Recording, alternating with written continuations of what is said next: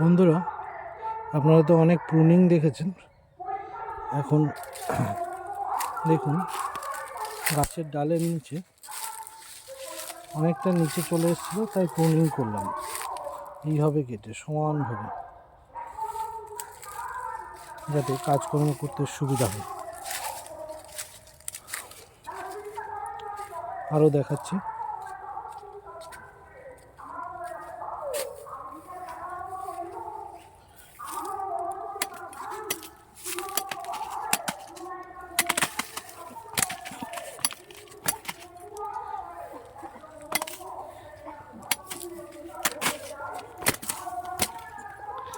গার্ডেনের মতো সমানভাবে প্রুনিং করে দিচ্ছি, যাতে আমাদের কাজকর্ম করতে সুবিধা হয়। দেখুন, পুরো একদম ফাঁকা হয়ে গেল।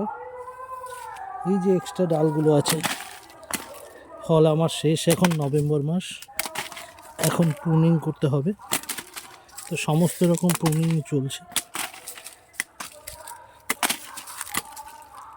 আপনাদের বাগানে যদি এরকম হয়, একটা একটা ডাল কাটার থেকে এইভাবে প্রুনিং করে দেবেন, তাহলে অনেক ইজি হবে। পরে ডালগুলো কিন্তু অবশ্যই কুড়িয়ে নিতে হবে, নয়তো এখানে